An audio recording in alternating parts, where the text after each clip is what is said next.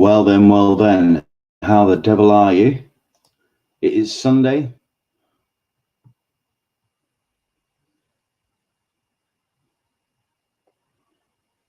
Well then, how the devil are you? It is Sunday. Excuse me. Apparently, I'm running a little bit slow on the old interwebs, but we should have stream. We should be up and running. I know that I've been. There may be a slight glitch at this point because I've just plugged it back into the router, but a week so late. But no, we're back. Hello from London, listening while learning. What's this? Working on yesterday's MegaCon Live Birmingham cosplay photos. Again, Andrew, share the link. Let's spread the word. Marcy Bretts is saying, getting an echo. Is that still there? Please let me know. Marcy, I'd love to know if that's an issue that needs looking at. And what else we got here? We've got Chuck Cookies saying, hello. I also do stream to the old Instagram for an hour. That's running a bit slow as well. Marcy's saying it's working on it. It's a blue mister. Now then. But I'm just trying to get everything sorted for the Instagram, because the Instagram's a pain in the bum. And we only get Instagram for an hour, so we try to have an hour's worth of show. And guess what? Every single show we've done this season.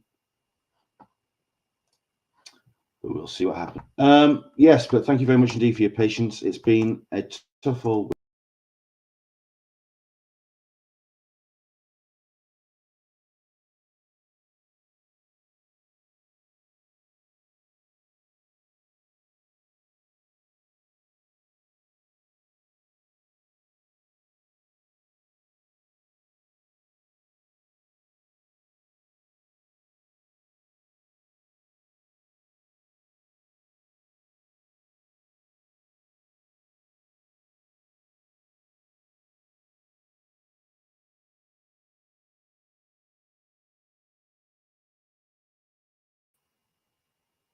Yes, I appreciate we lost audio there for a second because I think there's all sorts of technical issues at this end. But hey, it wouldn't be Talkin Con, a cup of tea with an Englishman in San Diego, without all sorts of technical issues.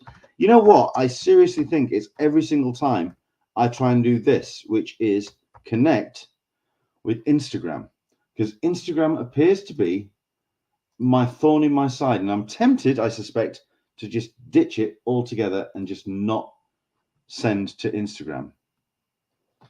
But who knows?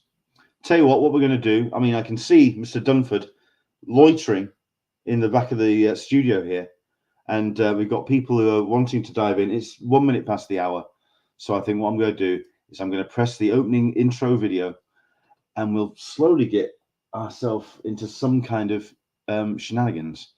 I'm going to find my hat somewhere as well. See you in a bit.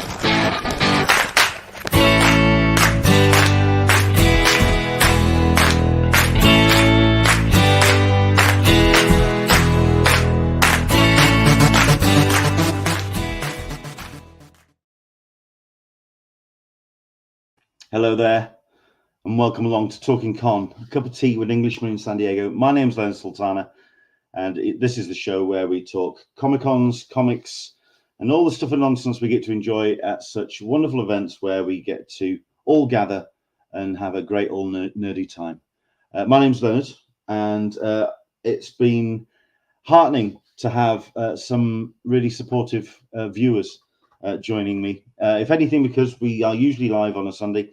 We weren't last week. My father was back in hospital. Not as serious as it was at the beginning of 2023, but it was with an extremely nasty chest infection and possible pneumonia. They treated it as pneumonia because the numbers were certainly looking in that direction. Yes, he was in hospital for just over a week, and myself and my brother did our usual thing of staying bedside and keeping an eye on him because he has a delightful tendency of ripping out cannulas and getting himself into all sorts of mischief. And in doing so, my brother and I have both managed to get ourselves a nasty chest infection in the same breath. So yes, everyone's a little bit under the weather, but on the mend. I'm on vitamin C.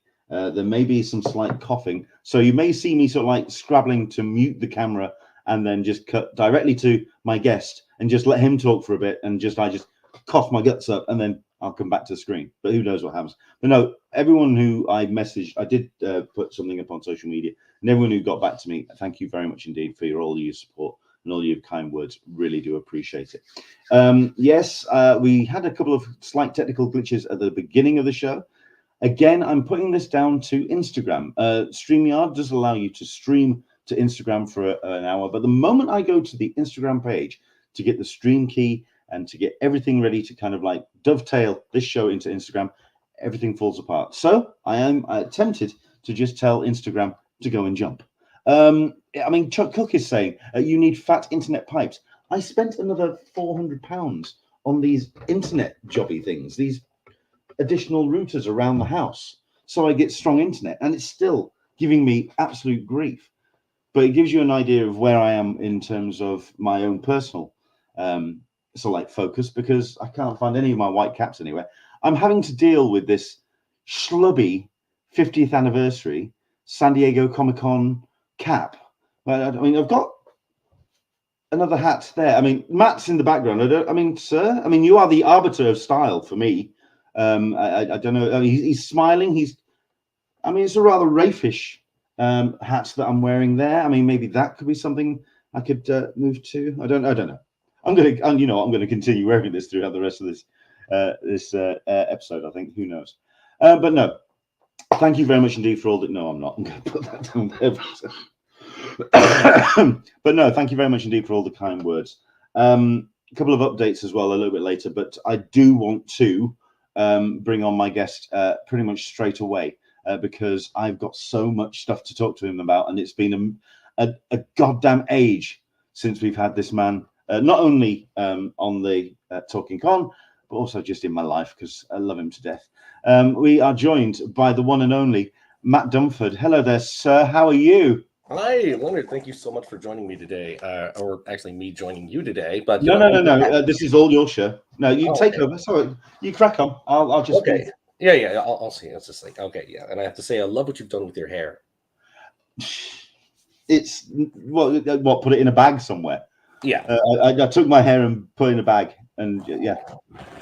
So yes, I'm happy to be back on the Englishman in San Diego podcast. I always have way too much of a good time. I'm looking a little different today. My hair's still wet because it's been raining out in San Diego as of late, and I'm clean shaven now. So maybe that will take about 15 or so years off my face. But I'm back in the game, and I've had a pretty days because I do not have dull days around here. There's always something going on for me. There's always something going on, and it's been incredibly hectic. But, I'm just happy to sit down for a moment and chat comics whenever I get the chance, because that's just always my favorite thing to do.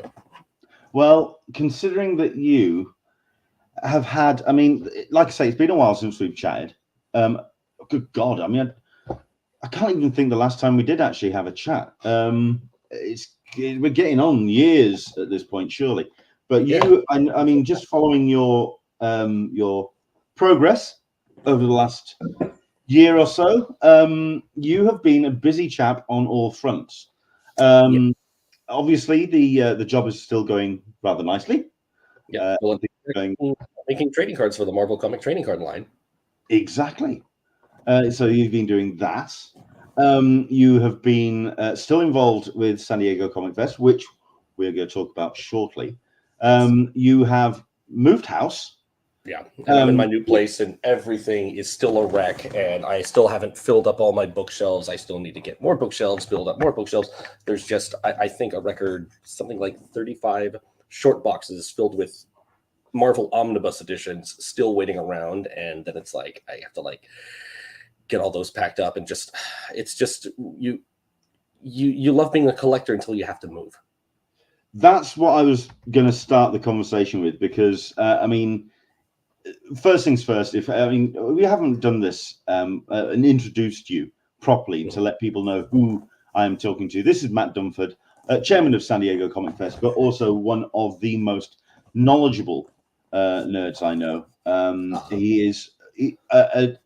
He's not just an aficionado of comics and the graphic novel form. He is an absolute expert. I mean, there's two people, and they both live in San Diego for me, who are, for me, the perfect experts when it comes to comics. It's you and TJ. Yeah, and we work together. We're both at it. Yeah, absolutely. And your collection, or your home collection, is legendary. Yeah, so you can see just my DC wall behind me, which I had to that's right back there, which I had to stack with.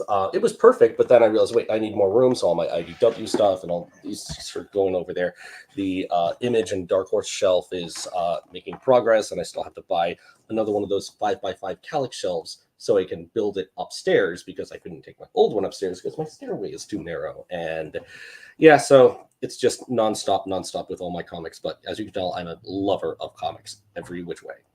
When it comes to the move, then, I mean, as somebody who did my decorating, I did the attic and moved a lot of stuff upstairs, I end up stopping every so often and just delving into the collection. And so, like, going, oh, I'm picking up this box. Oh, what's in this box? Oh, and next thing you know, you're spending an hour and a half flicking through the box. Have you been rediscovering books? I have been rediscovering books every which way, and it's been a little while just to see just how nice it is to rediscover certain books, certain stories, and open up to the front page. I'm like, oh, I got this sketch, I got this signed, I got this, because there's very few books in my collection that I don't get signed by creators. I like to have them immortalized and have just a memento of the people who put their creativity into them. And I've never sold a book. I make my books worthless by personalizing them. I'll say to Matt. Fair enough. What has been highlights of stories that you've read? Has it been any particular sort of like eras? I was doing the arduous task of moving my my absolute collections for my DC books, and let me go grab the particular story that Go for it. 1 second. Because if anyone is a reader of books, and if they know about the absolute editions, they are tomes. They are things that you could do some serious damage to and with. They are very, very, very big, weighty, mighty tomes. And I don't know if Matt's looking for some help to get the mighty tome to this camera, because it might require a neighbor to help. Who knows? Any questions from Matt? Of course, jump in with the chat. It's all about you. It's all about your questions. Let's see. I found it right here. Whoa. Okay. This is the one I found that really moved me quite a bit the most. My absolute DC: The New Frontier, which I'm going to call it what it is. It's the best DC story ever told. And then Indeed. I was like, I was so moved by this story, just because it showed, a showcase of the DC universe. Like, Batman, Superman, and Wonder Woman weren't the front runners in this one. They had to showcase the rest of the DC universe and how brilliant it was. But I kind of opened it up to see this. Yeah, I knew that was coming with this little sketch over there by Mr. Darwin Cook himself. Yeah, outstanding and very much the man just simply could not draw a bad picture. I loved everything he did, and he was just almost too talented and too skilled as a creator.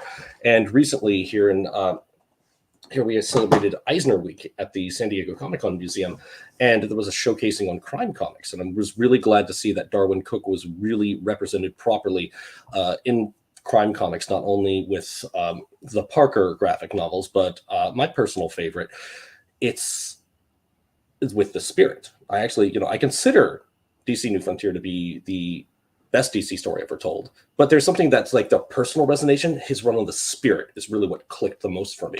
And I had a good chat with Scott Dunbier afterwards about, the stories about how he wanted him as the editor for the book, and how Darwin Cook just like brought what I consider the perfect comic storytelling into each issue of the Spirit, where it has that beginning, middle, end in each issue, like a comic should, but it's still built up to a bigger, deeper, arcing storyline. And there was a question that came up there. About artist editions.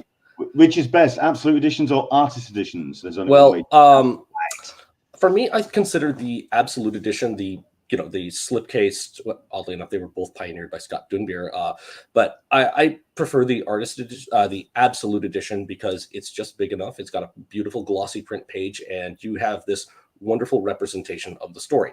However, if you are an artist, then the artist edition will really click with you. But you're going to see things in black and white. You're going to see all the ink smudges, all the whiteout, all the imperfections of an artist, except for the Bone Omnibus. Jeff Smith never made one single error in there. I flipped through that thing, black and white. I could not find a single whiteout mark on a single eraser scrubber. Everything in there is perfect. It felt like a ripoff. It's like this man doesn't make imperfections. Even in the Rocketeer Omnibus, you see Dave Stevens whiteout lines, and go back. It's like, oh no, this didn't work, or this didn't work, or he would just draw characters off to the sides of panels just to see how their arm would flow before it would come back into the page.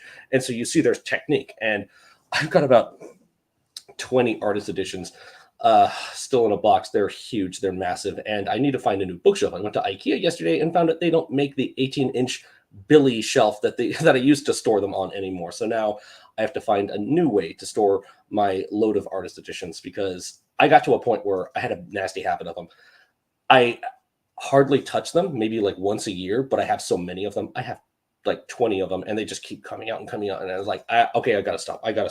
This is my end. It's like I'm gonna end with the Chris Samney Daredevil omnibus, and now it's like eventually you got to bite on one. I bit on the Jim Lee X-Men one that when he was coming into town for a signing, and got that signed by him. And now they're doing the David Mazzucchelli Batman artist edition one. Really, I never thought that kind of art would be recreated, but I gotta bite on the year one. Yeah, that I'm looking for. I'm also up for. There's a couple of artist editions for the 2000 AD artists, which have been not produced by IDW. These are Rebellion books, but still a lot of love being poured onto the page for those. Those I won't mind picking up. Andrew English is saying best move up the shelves as time goes on. It's going to get harder to lift from bottom shelf, or is it still waiting to be unpacked?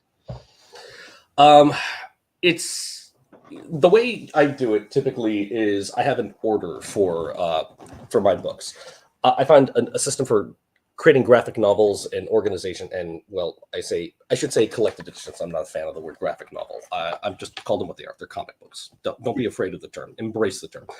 I go from small to big, so it's because I have space on my one, it's small hardcovers moving into slightly bigger hardcovers, into deluxe editions, into omnibus editions, into absolute editions, so they get taller as they go on. So that's how they do it. And I arrange them by publisher, and I realize I don't have room for my trade paperbacks, so trade paperbacks will have to stay in short boxes for the time being. So I just get to, the bigger display models get to be the display models, because now that I've moved and I have, a little less space than I did before, it is just the growing pains that, I don't get to show off everything. So some stuff has to, be kept in a closet, because I still have to be mindful that I live with someone else, and that, she deserves a living space too. And, I said, she knows what she's getting into with the. No, just about to say she was aware when she got into this arrangement.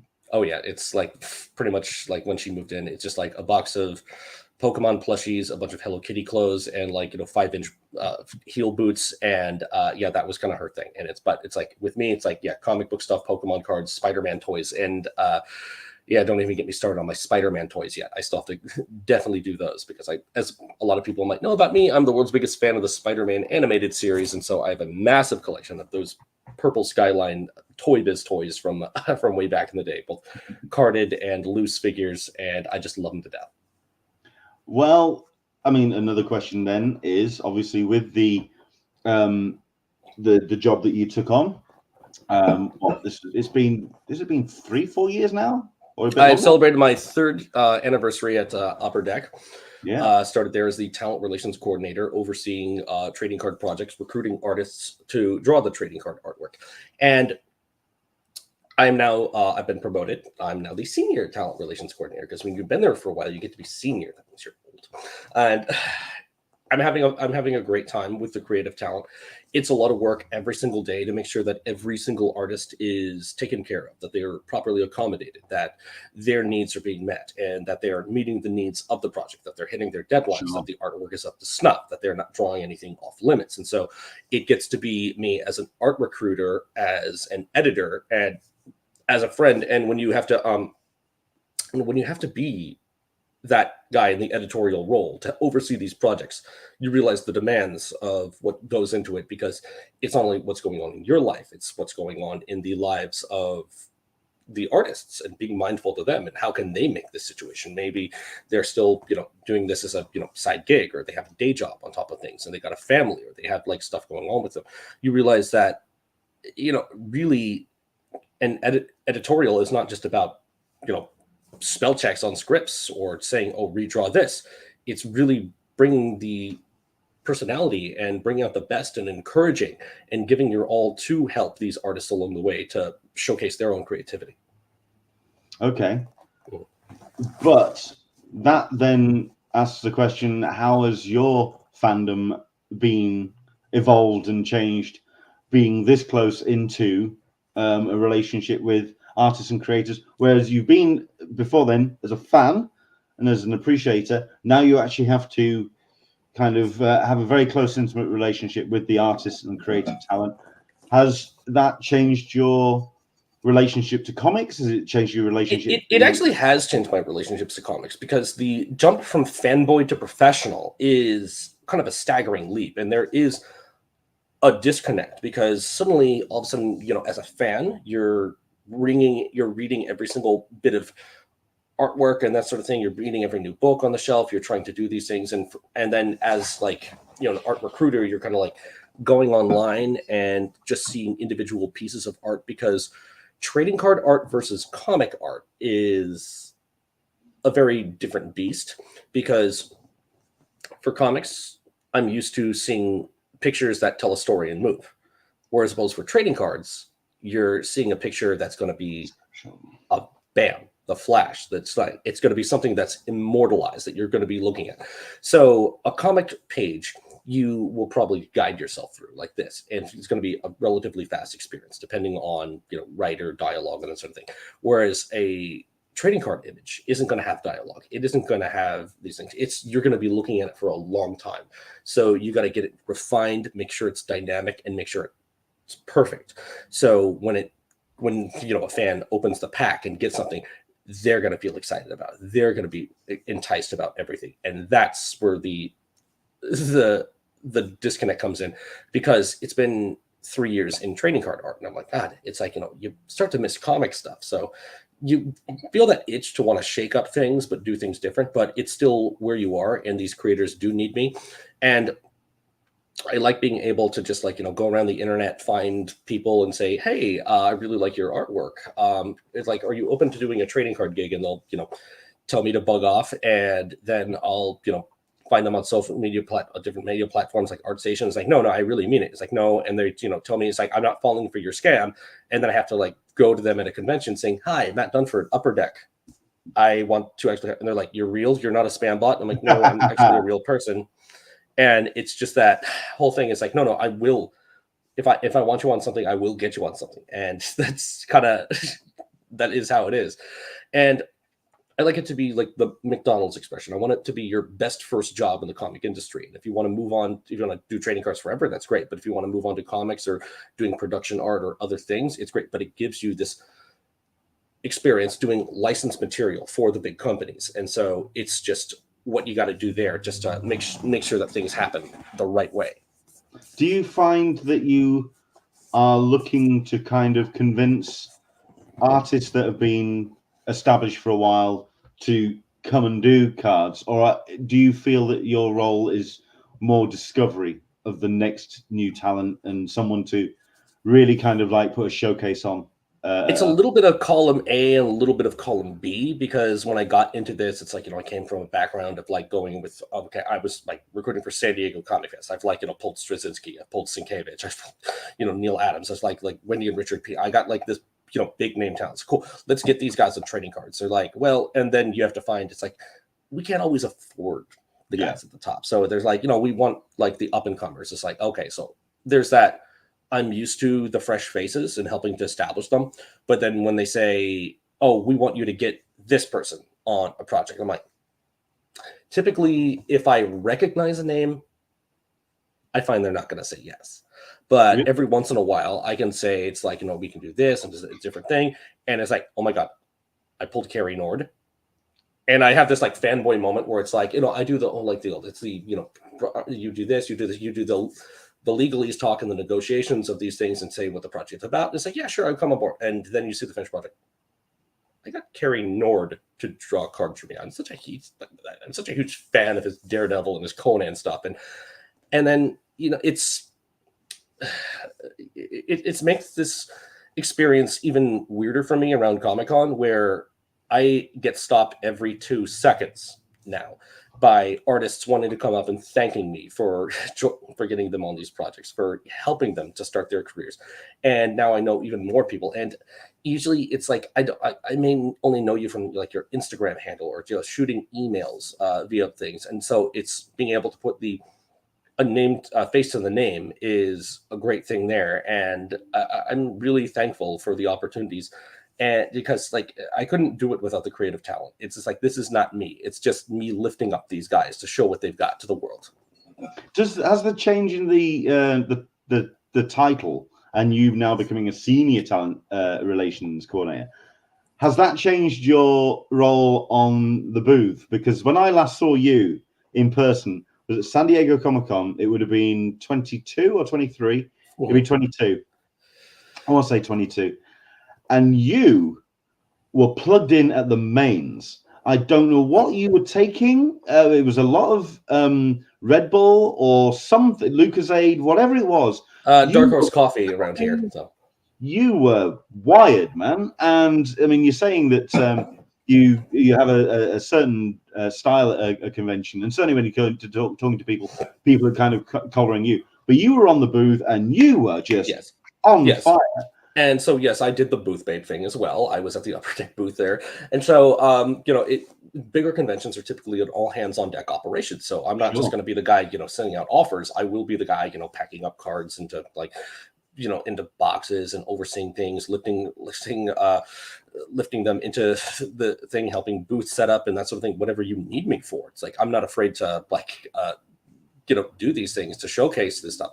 And, and all of a sudden, it's me doing this first-time role of selling a product that I may have worked on and saying, so what have you got here? Oh, with this one, we got to this one. I got to oversee, got this artist on it, and that's got and it's like, it's me bringing out a little bit of fanboy in order to, describe what we have going on in these things. And then I do that for a while. I get there like, 8 in the morning and I'm like, you're ready, like a slingshot, 1 o'clock hits, bam, ready to fire away. And then I hit the artist alley, start doing my artist stuff. So I do my booth time in the morning, and then I go out and do my artist relations stuff, which is like, so I double down.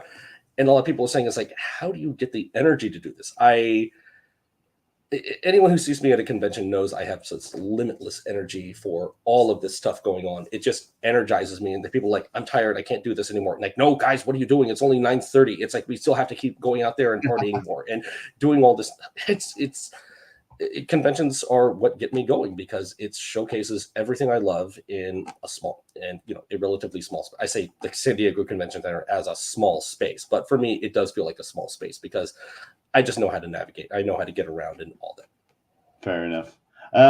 Just to go back to the the discovering of new talent and certainly signing of legacy talent and those people that you brought on board to Upper Deck, which has been the most satisfying sort of legacy talent that you've managed to get onto Upper Deck, and which has been the most exciting new discovery that you've brought to Upper Deck? Exciting new discoveries. I'm always just like thrilled when I get certain artists who I'm a huge fan of, like Vincenzo Riccardi. Like, if you've seen that guy's artwork, it's just phenomenal. And he's like, you want to work with me? Or just like my first week on the job, I'm like, okay, shot in the dark. Let me see if we can do this for the Marvel anime set. Oh my God, Peach Momoko just agreed to a deal with me. What? And I'm like, okay. I mean, I wish she still could, but she's out there doing a variant cover to every single book on the stands these days. She's doing these things. I wish she could still do trading cards. I got her that one time. So that is just a really great fanboy moment to see for some of the established ones that I'm a fan of. But up and comers out there, I think you're going to start seeing new ones that I really like. There's this new guy named Eric Grove, Erick. He really killed it on the Avengers versus X-Men set, and I thought he was just absolutely a phenomenal creator to work with. And I think he will probably be the next big thing in trading card art. And other guys like Fred Ian, working on the Marvel Platinum set that recently came out, those guys are always phenomenal to work with. And other new talent you'll see, I love artists like Ed Wagner down in Brazil. He's really wonderful. Marlo Martos out in the Philippines. PJ Katakatan is another one you might see him on a lot of variant covers of comics. And so he was the first artist I ever reached out to, kind of like seeing his stuff. And then I realized, oh, it's like you did a variant cover for my friend Omar's book, and I really liked it. And so, and I really like that. And can we see an impression of Matt Dunford as a booth babe? Hello, welcome to the Upper Deck Entertainment booth. How may I help you today? Today we have this great selection of these trading cards, these playmats, these deck sleeves, and all these. It's like that. You kind of get into a little routine with it. Yeah. And yeah, we've got the question there. Can we see an artist's impression of Matt as a booth babe? I'm stunned that there hasn't been somebody that you've met and known to kind of pull a sketch out or two of you behind a booth in full flow. Yeah, in full flow. I mean, it's like it really is a fun experience, but I genuinely it's like I didn't have time to do it this year because I realized the value of me getting out there and mingling with creators is a much more necessary thing for me to do. And you'll see me at conventions every weekend. I'll be out in Vegas this upcoming weekend not Vegas. I'll be in Anaheim at WonderCon. I've got another Las Vegas afterwards, and then flying back to San Diego that morning to do another event that I'm working on called Hopfest. And so it's just it's a little on the nonstop side for me. Okay. Well, I'll tell you what, that was a nice enough segue. I mean, we'll come back to WonderCon in a second and see what your thoughts are on that. But certainly, let's talk about something you very briefly mentioned there, which is HopCon.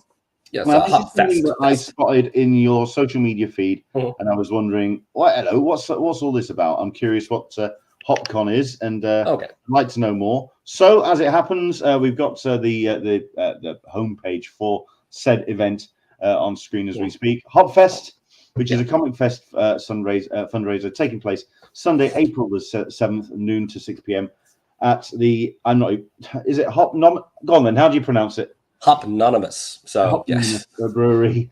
Yeah. 775 Convoy Street. So what is this? Well, what are you raising?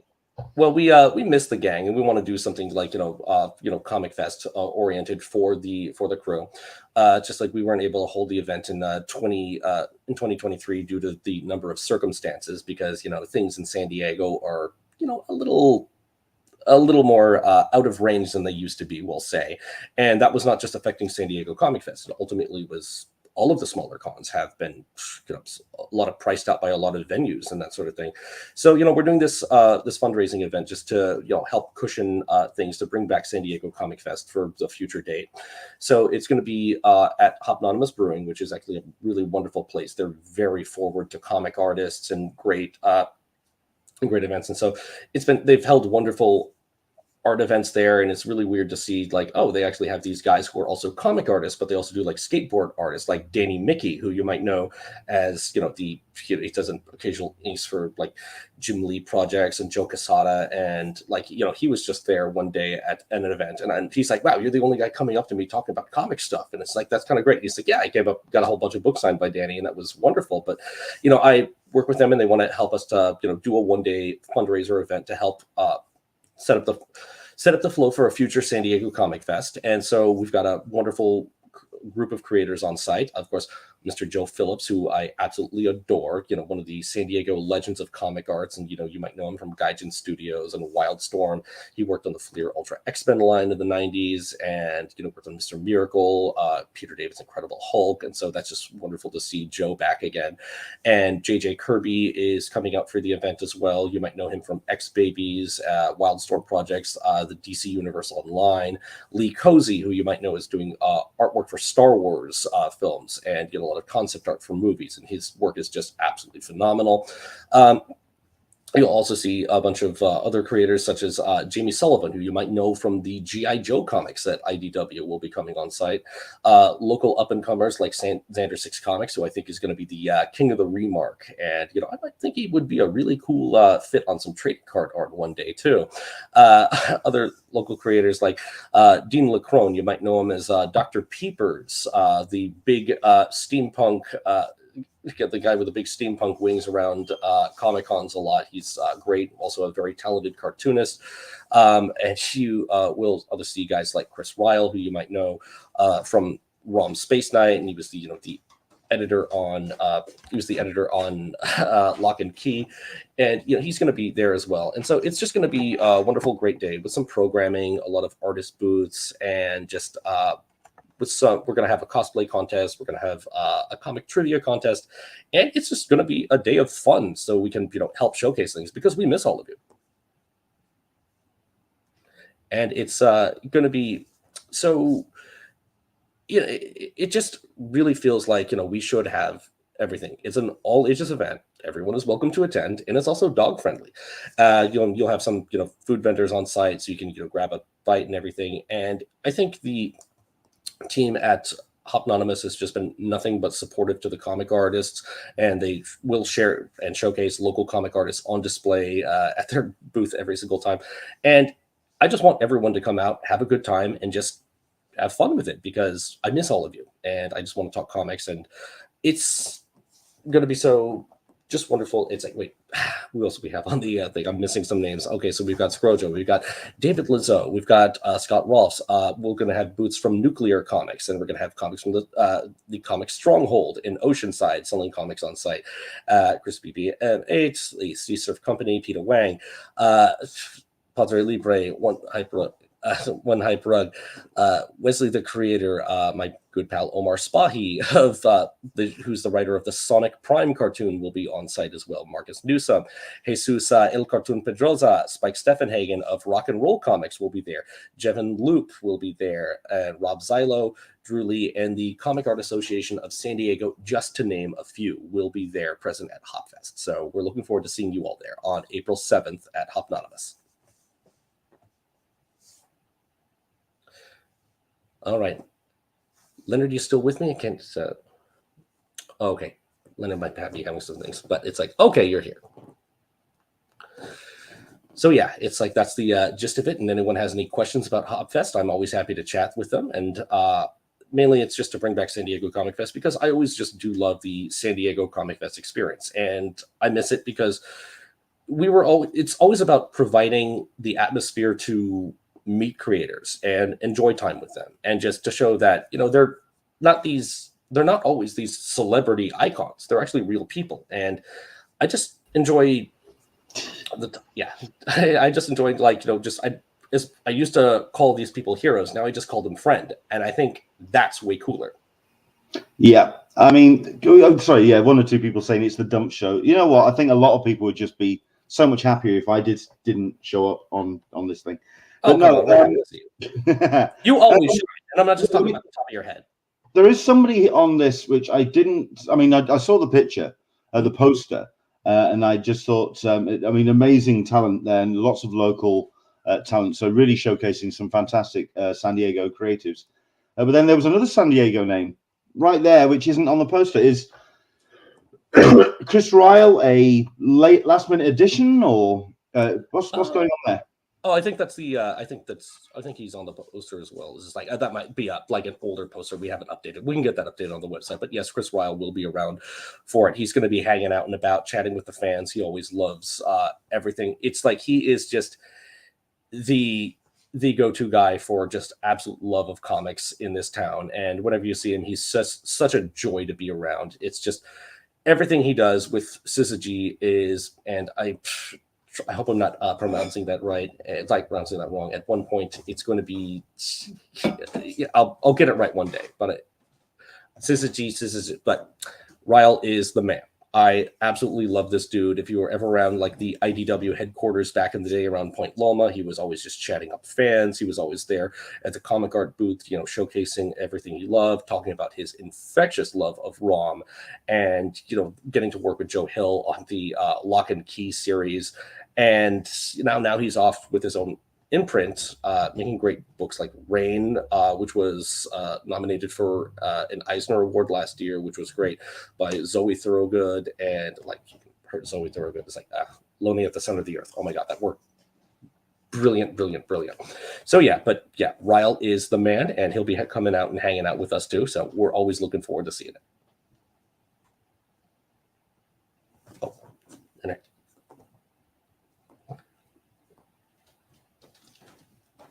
Can you hear me?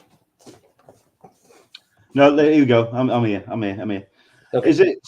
I mean, with Chris not being on the poster, I was really curious. Does this mean that we are still adding names to Hopfest? Oh yes, we're still more people are coming on board, and so it's just like we're just still growing on board. People are getting the word, and so they're still joining. So it's just like the it's just we want people to attend. And so there will be some more tentative additions that we'll start putting on. We'll get the schedule of events coming through, and we'll have some prizes for you for comic trivia and for the costume contest. So all of that is going to be just really great to have a wonderful time with. So well, I mean, you always try your best to put on one of the best shows. So yeah, really, very much so. Very much up for hearing all the best that are coming out of Hopfest. And like Marcy Bretz is saying here, like all Comic Fest, it's a great place to meet, hang out, and find their new favorite creators and friends.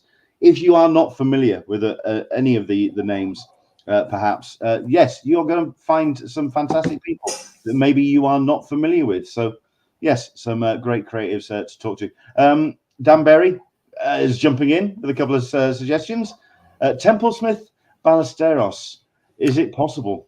Oh, okay. We could always put out a feeler. Maybe it's something to see if they want to come out for the day. It's like, I was just chatting with Patrick the other day. He's always a really cool guy. So I won't say what I'm chatting with him about, but we'll see. He's a cool guy, and you can always catch him at WonderCon next week. He's a special guest there. He's indeed. Great. Well, I mean, I'll ask the question because it says right there at the top of the page, Comic Fest 2024 info coming soon. Michael P.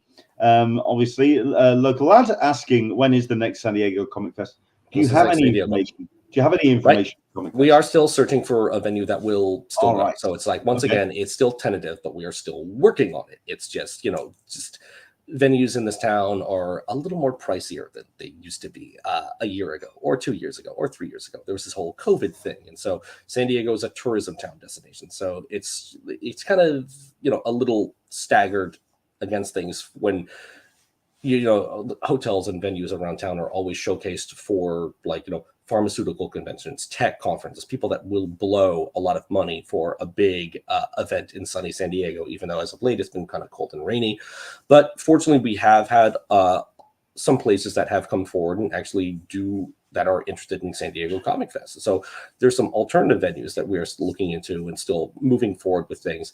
It's just we're on the hunt. We are active with it because we miss it too. And I wouldn't be doing this if I wasn't passionate about keeping things going and, you know, showcasing the love of comics. And, you know, it's a weekend a year where I get to, you know, bring everyone together for it. And I'm out here doing comic stuff every single day. I'm in comic shops every day and conventions, and to be able to, you know, help put together one that showcases an absolute passion and helps these people to just have a moment with these great creators and to see entertaining panels and to have like the time of their lives for a weekend is just my favorite thing to do. It's always my favorite thing just to see when people are coming to Comic Fest for the first time and they're saying, it's like, oh my God, I just met Sergio Aragon. It's just like, this is the night of my life. This is my best day of my life. I said, no, it's going to get better. It's going to get better. And by the fourth day, you're like, you're right. This place got better every single day. I can't believe that this was just happening. It's just like the conversations I've had with these great creators in this relaxed environment. It's been wonderful because, you know, in bigger conventions, there is a little bit of that hustle and bustle. You just, you know, have to keep on the move, and creators may not always have time for you when they've got a long line of fans, but being able to just have those moments that, you know, recreate the vibe of the comic conventions of the 1970s, where you just look at those pictures and just see, like, you know, like Jack Kirby or Neil Adams hanging outside the pool at the El Cortez, and like to be a fly on the wall. Yeah. And that day, it's just mind blowing. I mean, you know that I've stayed at the El Cortez. You know that I tried my to steep myself in the history of that thing, and just to kind of like wander around to the back and see the pool and just know that Jack Kirby's just been lounging back there and sort of catching the suns. I mean, I know that your enthusiasm for San Diego Comic Fest knows no bounds. Do you feel that the recent events and the way that the power that has been given to things like the hotel and the hospital, the hostelry industries, is it making it so difficult for events like San Diego Comic Fest to go forward? And how does that really affect how you feel about San Diego just kind of seemingly putting roadblocks down every turn? Because you might notice that San Diego has become the most expensive city in the country. It's actually overtook San Francisco. That does put some hurdles. And there's this lovely article that came out last week that to live comfortably and owning a home in San Diego, it will cost you $250,000 a year in annual salary. So it's like, oh, that's reassuring. But, you know, we still want to put forward our best efforts to make San Diego Comic Fest happen because it's too good to let go. And, you know, I appreciate all the people who have helped out and, you know, put their foot forward, just, you know, with local fundraisers, giving forward to just help out in their events. And so, you know, it will be back, and I love it too much to let it go. And I've had the way that fans always talk about it. It just means so much to me. And, you know, I have this responsibility to, you know, give my all to bring it back. And of course, you know, I don't care how I have to exhaust myself or what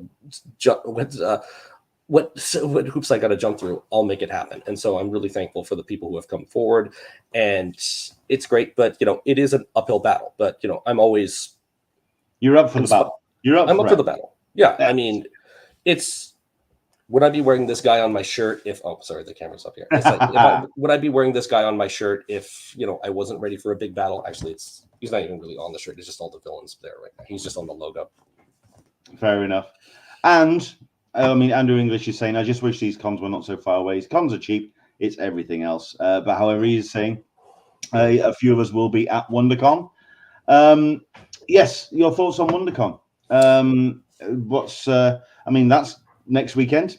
Yeah, and I've always been very passionate about WonderCon. I'll be going there, staying at the Hilton, so I'll be easy to find. I will be going around doing some stuff, talking with artists, you know, attending panels, because I always think that WonderCon is the perfect middle-sized convention, because it's one that you just get to, you know, it's almost Comic Fest adjacent. Sure, it's attracting 50 to 60,000 people, but, you know, you have everyone there in a relative small region. So it's like you're either staying at the Anaheim Marriott or you're staying at the Anaheim Hilton. Both are just across from each other. And then the convention center directly to your left. And just seeing everyone and being able to bump into everyone and just, you know, LobbyCon is the after party that they all have at the Hilton. It's just so cool just to, to be hanging out at a table, just like cool, like Tony Felice will invite me over, and then like she's like Scotty Young and John Layman will come on by, and I'm like, oh my God, this is okay. Contain inner fanboy, contain inner fanboy, contain inner fanboy. And it's just having those moments, just hanging out and partying with them. And then, I mean, okay, take a break from comic creators and go off with, people that I play, just go play Pokemon cards with my gamer friends or something like that, or the cosplay folks and stuff like that. It's just also accessible and also great. Got a lot of wonderful memories of the Anaheim Hilton from times when like Pokemon World Championship events have been held there, but it's just a really wonderful show. And I do like the lineup this year. You've got some homies like Dustin Nguyen coming on by. Happy to see that Patrick Ballesteros actually has been showcased as a creator on the special guest list. And then some like Bronze Age creators that I've really been looking forward to meeting for the first time, like Tony Isabella and Steve Englehart. Like those guys, I'm like, oh my God, I finally get to meet them. Oh my God. Never thought I'd have the chance, but I'm like, yeah, I'm such a huge fan of their work. I was about to say, is there anybody else that is really catching your eye when it comes to, because I mean, you've already said while comics are your first love, they're not your last. I mean, animation is a big thing for you. I mean, is there anybody else that's on the guest list that you want to try and get on your dance card? Okay, well, geez, like, Gail Simone is always a pleasure. I only had the pleasure of meeting her once at the 2009 WonderCon of all things at the Comic Art Museum. I kind of just took a little break there. It was in downtown, or maybe it was 2010. Other people that are great to see on the guest list. Jonathan Mayberry, even though I run into that guy all around town, he's just so awesome. David Mack, yeah, I run into the guy a lot, but he's always a pleasure. Mac Daddy is the man. Todd Knock is always a delightful artist. It's like, and of course, Marv Wolfman. Marv is awesome. Frequent guest at San Diego Comic Fest. He's just wonderful to see. So it's like, I do like the lineup and some of the programming I'm really looking forward to. I really want to jump into the X-Men animated series panel that they've got going on. I was just at the world premiere of the X-Men cartoon. I was going to ask I've seen the first 2 episodes. I'm loving it. Your thoughts? I've seen the first 3. Now, this will go back into another Comic Fest story, because in 2017, for that year's San Diego Comic Fest, we were showcasing the thing that they were showcasing was 100 years of Jack Kirby. But I said, could we do something else? Could we also do 25 years of the X-Men cartoon? And some people are like, but that's just kid stuff. I'm like, it's 25 years old. It's hardly kid stuff. It's been around a while now. So they said, well, if you can, reach out to the creators of the show and get them to come on board for it. And so did. And the great thing was we did such amazing programs that weekend. We, had some talks about the show. They did, a play-by-play talk of my all-time favorite episode of the show, which was the Nightcrawler episode, where Nightcrawler helps Wolverine struggle with, his own humanity and, just abandoning religion and just saying, what kind of God would do this to me? And it was phenomenal. And they got the creators of the X-Men cartoon, Julia Leewald, Eric Leewald, Larry Houston, they all got covered by, just comic book resources and like a Forbes article. And all of a sudden, after that, after Comic Fest, which they'd really never been invited to conventions, everybody starts putting them on. And it started snowballing. And, when I went to the X-Men World premiere, like a bunch of people are saying, it's like, Matt, you could have made that happen. And I'm like, and it's like, and here's the thing. While I'm glad it's back, I had my doubts about it. Here's the thing, because I don't think we should just ultimately cater to nostalgia. We should move on and create new things. But when I heard it was coming back, I'm like, I'm happy, but I'm like, can you pull it off? Because resurrecting older cartoons has never really met with a whole lot of success when it happens. They go away for a while. Okay, we're resurrecting it. And it's like, it's kind of lost its touch. You realize it was a product of its time, or, hit you when you were 8 or 9 years old. But now I'm not an 8-year-old boy looking at this through, looking at it, being entertained by every single Saturday morning cartoon that I have that is put under my nose. I'm a 38-year-old man who has developed standards and has read the source material. And okay, I'm a little bit harder to entertain, but you know what? I went to the world premiere, and I usually don't do those red carpet gala things. I kind of went in a sort of Nightcrawler inspired suit. And yes, Julie and Eric are delightful. They're always wonderful. But I went there and I watched the first episode. Of course, the music hits and okay, boom. And then I started watching. And by the end of the first episode, I was like, that was a slam dunk. That was a perfect 10. Okay, next episode. Yeah. Flawless.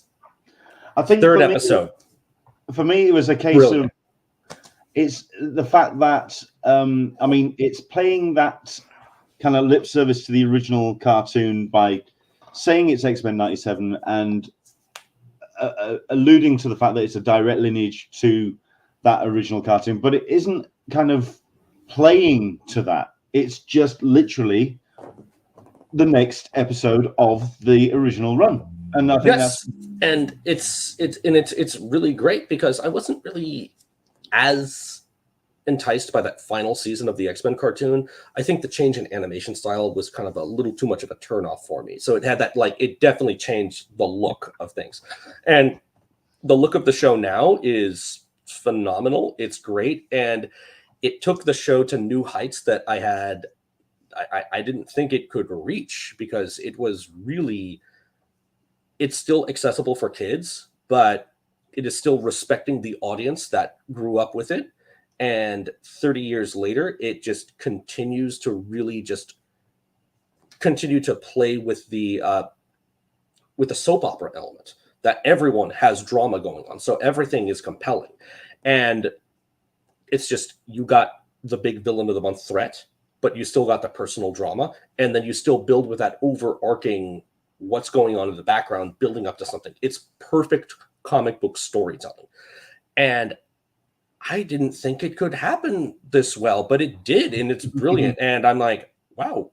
It's like, I went, after I got back from the premiere, I had to tell people at work, I'm like, this might even be the thing that's more important to watch on Disney Plus than The Mandalorian. Yeah. And I say, but not Simpsons reruns. The Simpsons reruns are still the most important. I may be reading too much into this, but I think, and you're going to have to bear with me on this, it's a bit of a long-winded one. The discourse that's been online about it being woke, about it being talking about contemporary issues, and I'm going, X-Men has always been about contemporary issues. It's the cartoon isn't.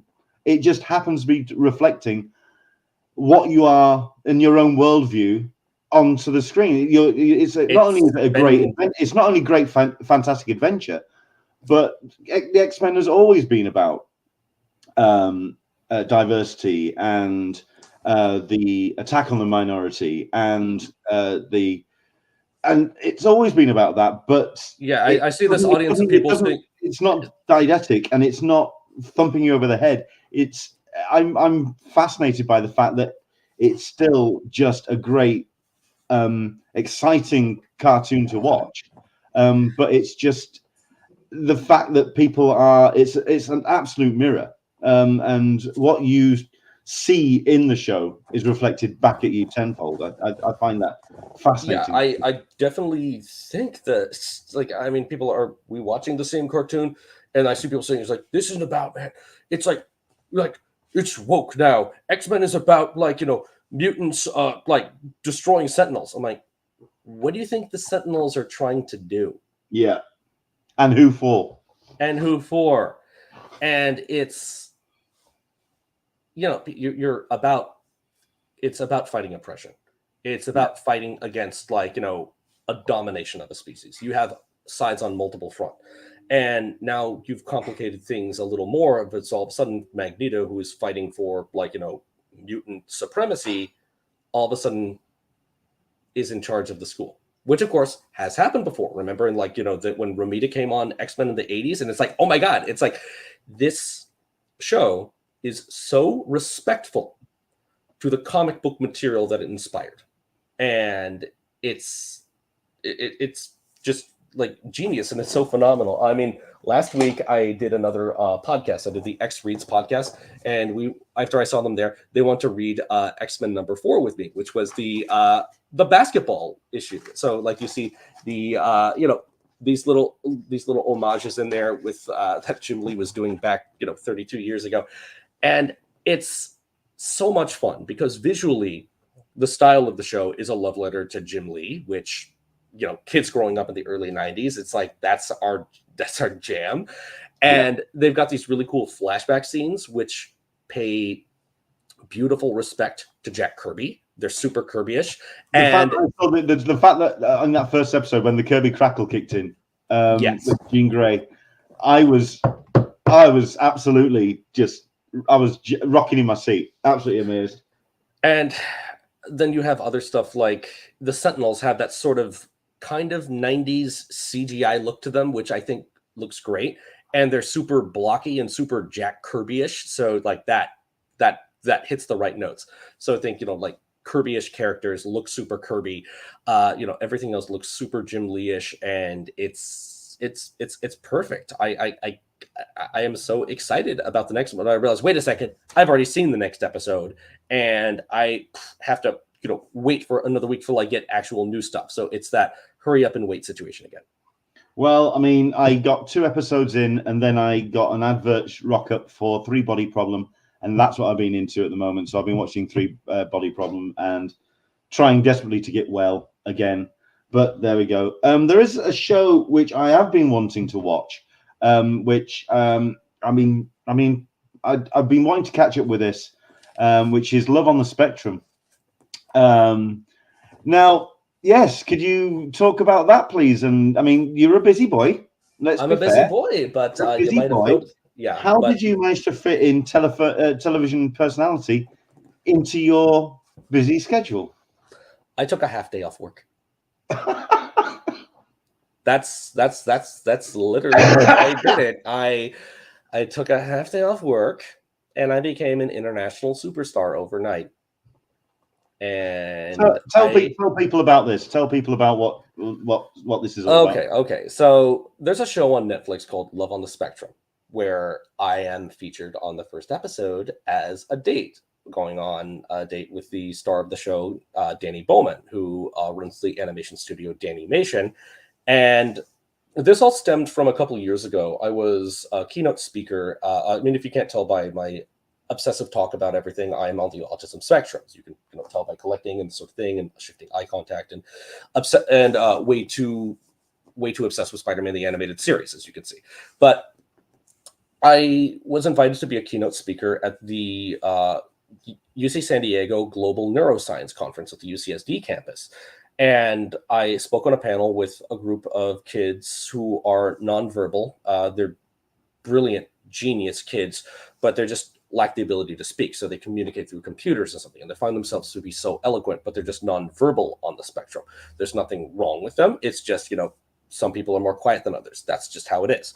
But after I gave my talk and I talked about, my path, I talked about, working my way up through things, like, my dream of, working in cartoons didn't work out. So I went back to college. I, got a job as a chauffeur. I found my way into working in comics while I still worked a day job, like, via Semantic Publishing through Little Fish Comic Book Studio, and then becoming chairman of San Diego Comic Fest. And then ultimately, paralleling that to where it intersected, and I actually, work at Upper Deck doing trading card stuff. It's the path from fan to professional. And they saw all the stuff I did in life. It's just like, oh my God, you did World War II history? Yeah, you made like animations, you like wrote articles that were seen by millions of people, you run this comic convention, you do all this cool stuff. And unbeknownst to me, I guess they had spoken earlier at the conference that day, the producers of Love on the Spectrum were in the audience. Apparently they just saw me speak and they're like, him. Oh. Him. They're like, him.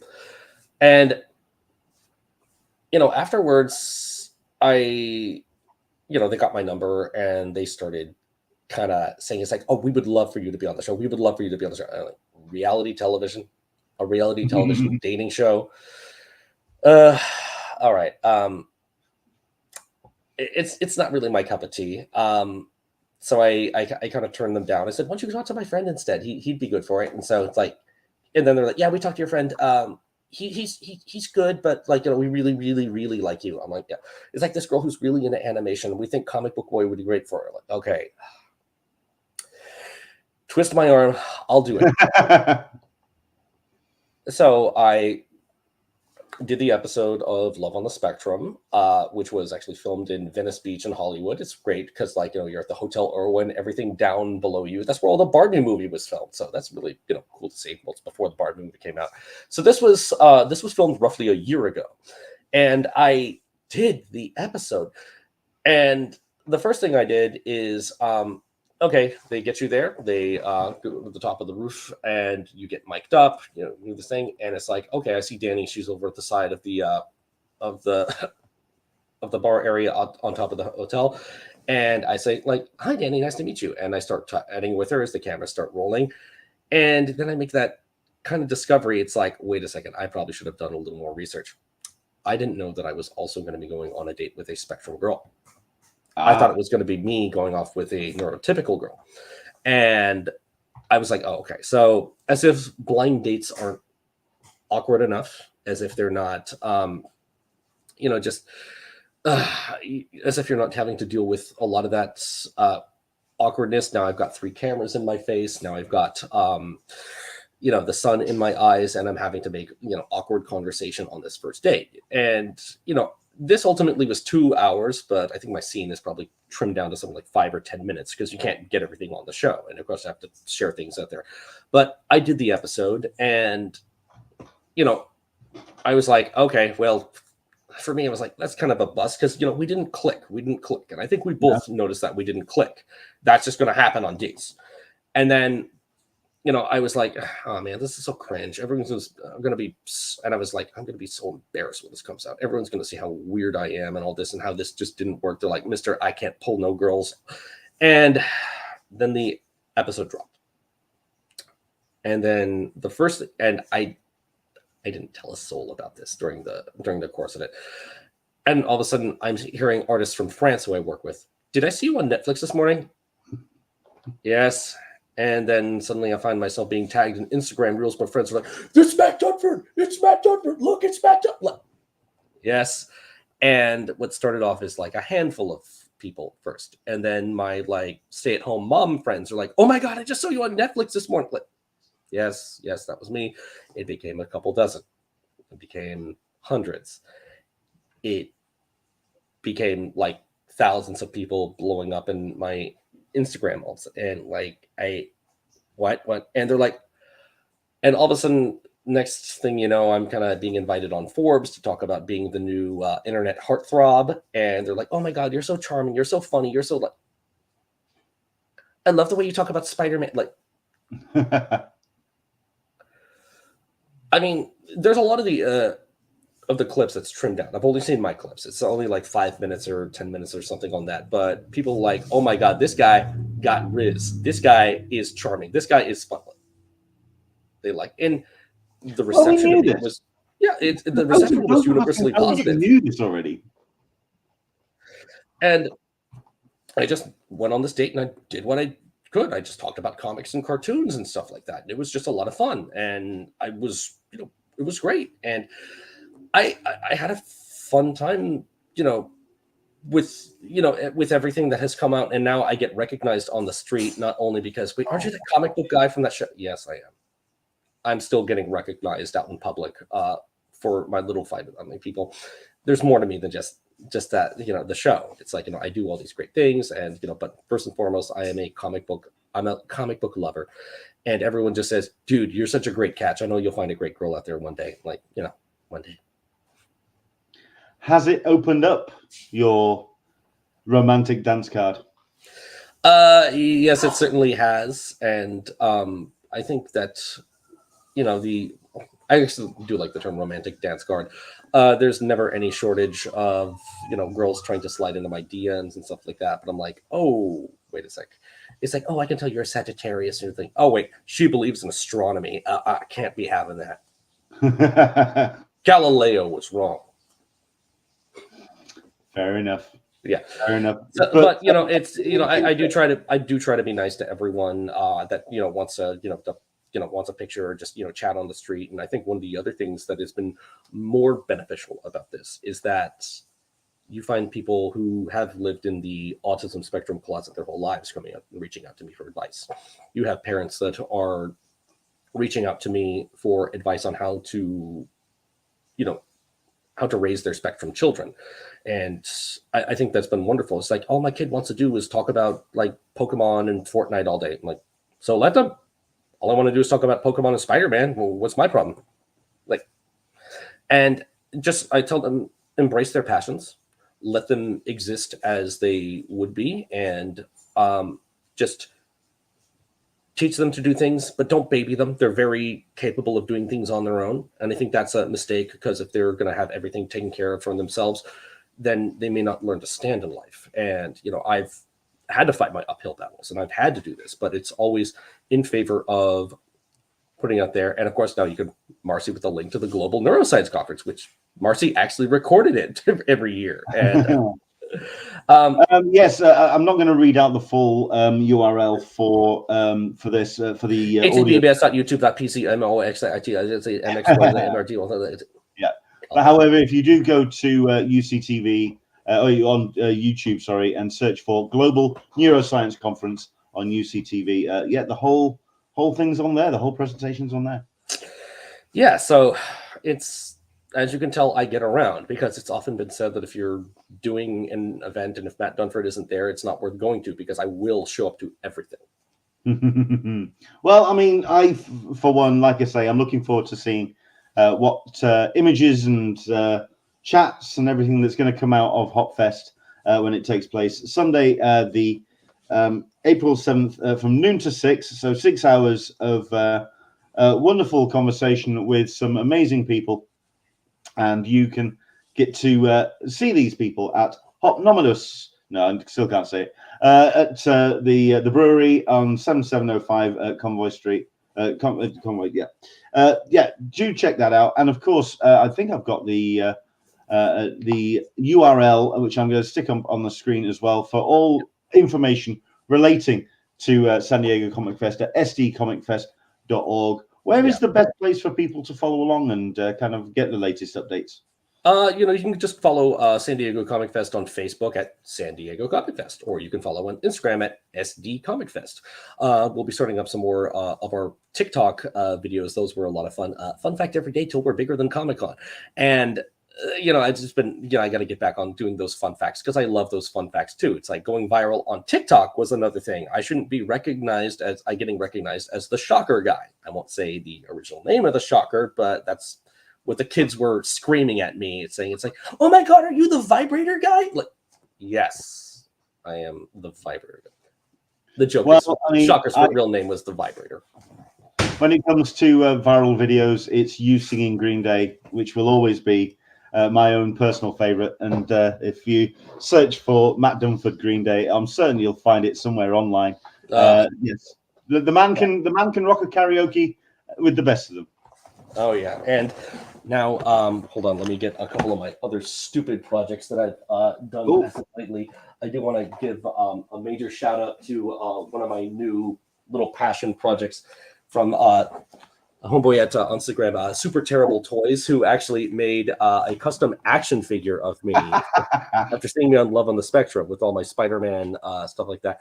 And I was like, this is really good. Even got my watch down. And I think the head is actually from Black Tom Cassidy from the X-Men line. So I think that's really cool. But then he says, yeah, it's like, that was great. I had so much fun. I said, could you make another one? And ultimately, I decided to make the perfect action figure for my good friend and hero, John Semper, who created the Spider-Man animated series.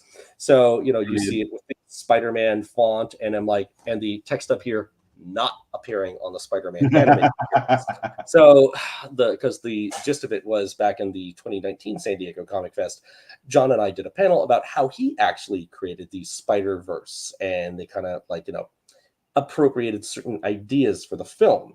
And John ultimately said, I had the idea to have Spider-Man save the universe with a bunch of other Spider-Man animated series guys who were ultimately action figures that hadn't appeared on the show. Mainly, it was that web armor Spider-Man, the armor-plated Spider-Man. John always felt guilty that you'd have text here saying now appearing on the Spider-Man animated series, and the figures wouldn't appear on the show. And like some stuff you can see with bonus Madam Web figure included. And down here it says disclaimer. Oh, well, it's kind of blurry, but disclaimer: we can't sell action figures of some old broad, with a nice picture of Madam Web there, which was the infamous line from Toy Biz director Avi Arad when John said, "Hey, can we put Madam Web at the show? She might be a good mystic for Spider-Man." And sorry, can you hold up yours again, please? Just hold up yours again to the screen. Where do you put it? Yeah. Avi said, we can't sell action figures of some old broad, and now he's making a Madam Web movie. I'm sure that well. To be fair, I mean, if I just pull up a comment from earlier. This basically you just looking incredibly smart. There you go. There's Chuck going. You clean up pretty good. And yes, I think the facial hair. You're looking great, clean shaven, but I think it's time to bring the beard back because I quite like. I know it's already been 2 days since the beard's been gone. Like, oh man. Well, there we go. The thing is, I usually go clean shaven for WonderCon because I like to do new cosplays or something. You might see something cool. This should be cool. Cosplaying. I might. You might. But, it's like, I did even get to host club cosplay at WonderCon back in the day. That was a lot of fun. So who knows? yeah. That was like, it's like, but I do like to showcase some costuming at WonderCon when I have a sec, because it's just, all of these things in the convention experience are necessary. And so you create an ecosystem for the dealers, for the guests, for the attendees, for the costumers, for the gamers.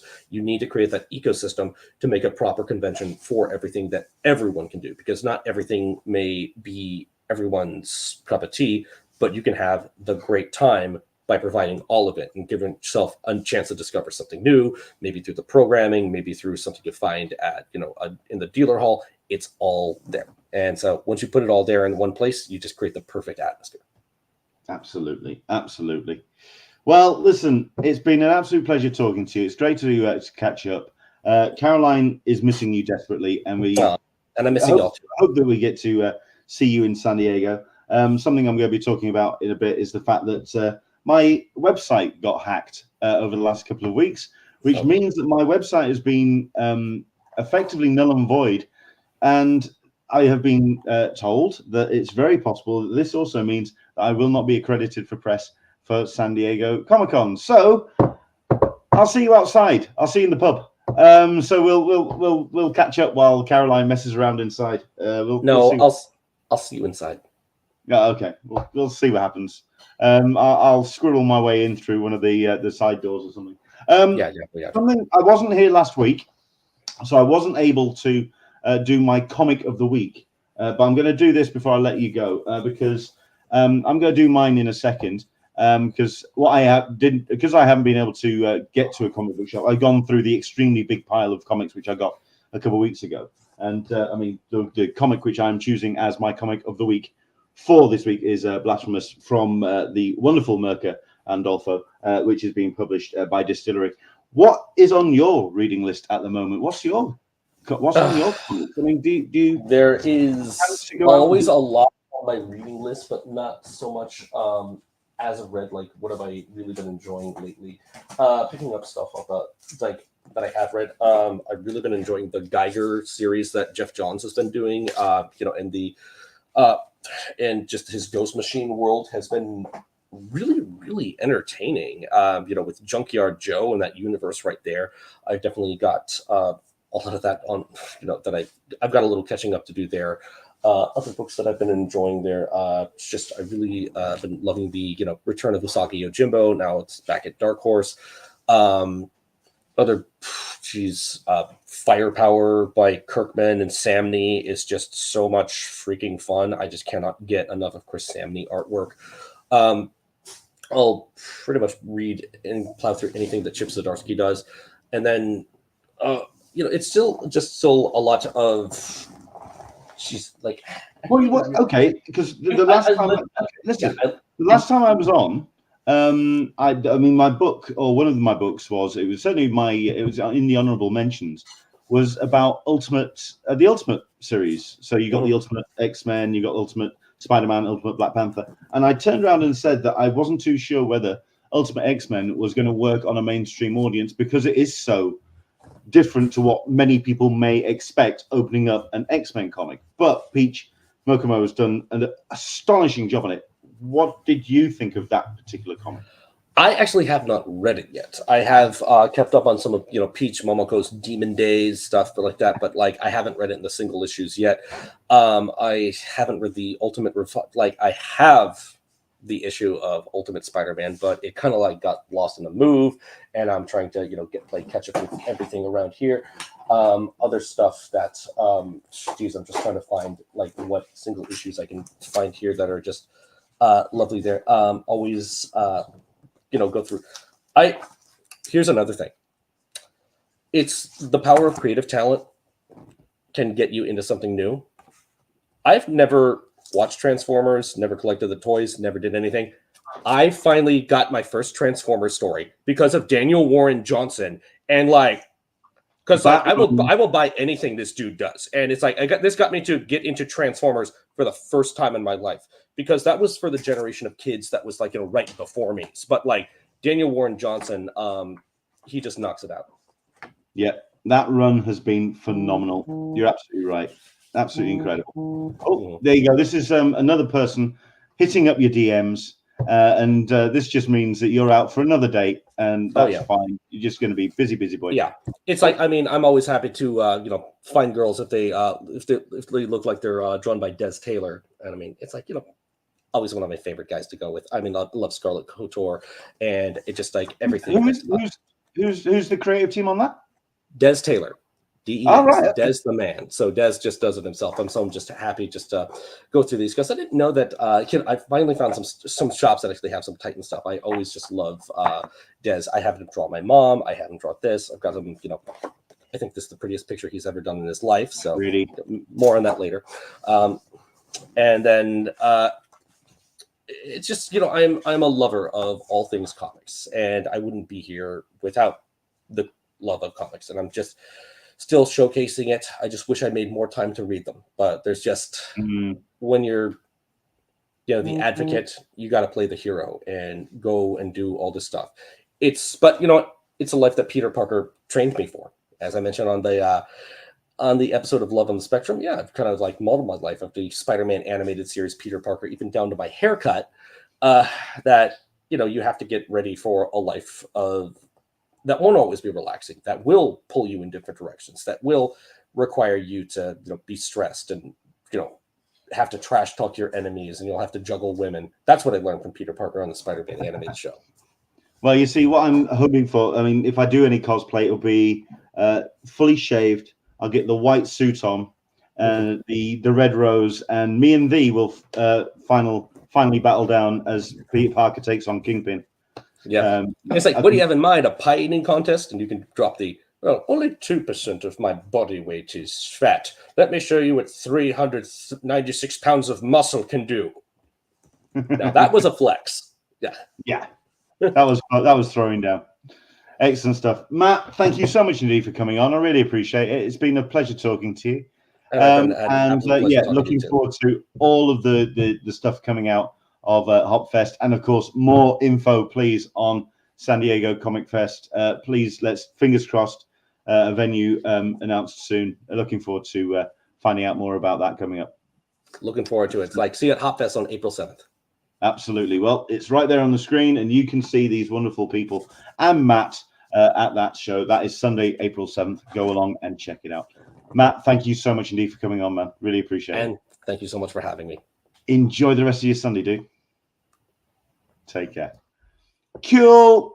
The man is just a star. And there you go.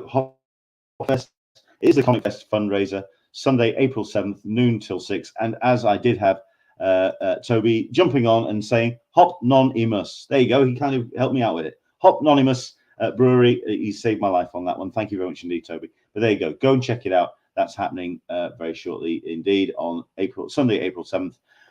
So he's got himself a busy old couple of weeks because, of course, you've got next week with WonderCon. You will be able to see Matt Dunford there for that. Right. That's been our show. Thank you very much indeed for coming on. Like I say, what I said to Matt, have had some issues with the website. It is back up and running in some form. It got rebuilt by my provider today. It's a bit of a mess. It needs tidying up, but hopefully it's going to get sorted soon. But the time that it's taken has meant that there may be some risks to me actually attending San Diego Comic-Con, but fingers crossed I'll see you in San Diego in some form in July. Right, so I did mention my comic of the week. Like I say, I haven't been able to get to a comic book shop as well because of my illness and because of my dad. But my comic of the week has been from my pile, and it is another one from the Distillery line, which is Blasphemous by Mirka Andolfo. Haven't got any graphic on screen for this, unfortunately, but I can tell you just from opening up. I mean, first things first, Distillery are just putting out some incredible books in the way that they present them stuff. So everything is, there's lots of behind the scenes work, and with Mirka as an artist, just one of the, for me, one of the most perfect comic artists. Just a great way of telling story and expressing some in great imagery and fantastic coloring. It's perfect package, and this is just an incredible story. Certainly, as somebody who works on the world of religion very much in as a fantasy realm, this just takes the whole concept of religion and fandom and celebrity, and really it runs in a very strange way with it. But then again, Mirka has always taken on interesting topics and gone all in and just really kind of stretches out. But that is Blasphemous. I would highly recommend. That is my comic of the week. The other thing that I wanted to mention is I wanted on the last episode that I did, and I'd like to thank everyone who joined us for that, was I then completely forgot to do my social media of the week, which was rather silly of me. So what I'm going to do is just play catch up and kind of present my social media of the week, which is going to be somebody who I cannot understand why this person has got so few followers. This is Marco Santucci, who is an Italian artist who is just a phenomenal artist. Yeah, somebody who blows me away with everything that he does, and I don't understand why it's taking so long for so many people to discover Marco and Marco's work. A fantastic way of shading and of putting some real kind of substance and weight on the page. There's nothing delicate about Marco. It's all about the there's a physicality on the page and a certain weight, which I'm really impressed by, and dynamism as well. So yeah, somebody who I think really needs to be certainly showcased, if anything, because they do a great deal of behind the scenes stuff as well. So you get a lot of work in progress work that they put up on the screen. I mean, when you've got the likes of this, which is a John Constantine piece, which he shows not only the finished product, but also the behind the scene ink. Excuse me. Very, very impressive indeed. And yeah, I really would heartily recommend. It is my social media of the week, or social person of the week. Go and follow at threads.net at Marco Santucci, SANTUCCIART, art. Marco Santucci art. Do go check that out as an account because it's somebody who I feel deserves a lot more than the follow account that they currently have. And yeah, I highly recommend it. That is my social of the week. And that's me playing catch up after a very hectic fortnight. Thank you very much indeed for joining us. And bringing it back round and getting the energy to bring back Talkin Con. We are back again next week as we get into WonderCon Anaheim, taking over the Anaheim Convention Center. Fantastic lineup of guests. We may have a live report, but that's entirely down to Dan Berry and whether he's able to. As you are fully aware, I mean, we were incredibly lucky with Dan at the last live report that we did, that we were able to get the signal we did in the building. One thing about the WonderCon and the Anaheim Convention Center is that it is an absolute black box. Getting signal out of that building is a nightmare. So whether we have to trail an aerial out the building, it's all down to Dan and whether he's able to get us some kind of report. But yeah, really looking forward to finding out what CCI have pulled off, if anything, because the engine on getting this thing to everybody seems to have been a bit of a slow burn. They ramped up and they took their time with it, but to the expense of possibly not promoting it as well as I feel they could, especially with the lineup that they got. I'm hoping that is a show that really, once again, puts WonderCon back on the map as one of the major cons on the North America calendar. There you go, that's us. Right, thank you so much indeed to everybody for joining us. We've had loads of people jumping on in the comments and really appreciate everybody doing what they can to contribute and take part in the conversation. As always, if you've enjoyed what you've seen, subscribe, like, hit the notifications on the bell, whichever platform you're watching on. If you're watching on YouTube, of course, hit the notifications on the bell icon to let you know when we go live every episode. Keep your eye on our social medias as well, on Threads and on Facebook, predominantly for myself. You can also find the Convention Collective on Threads and on Twitter for its faults. But there we go. You can find us all over the shop. Thank you so much indeed for your company, and hopefully we'll see you again next Sunday as we bring you all the fun, joy, and mysteries of WonderCon coming out of Anaheim. From myself, Leonard, and to my guest, Matt Dunford, as well. Take care. Enjoy the rest of your week, and hopefully I'll be in slightly better fettle for next Sunday. I'll see you soon. Bye-bye.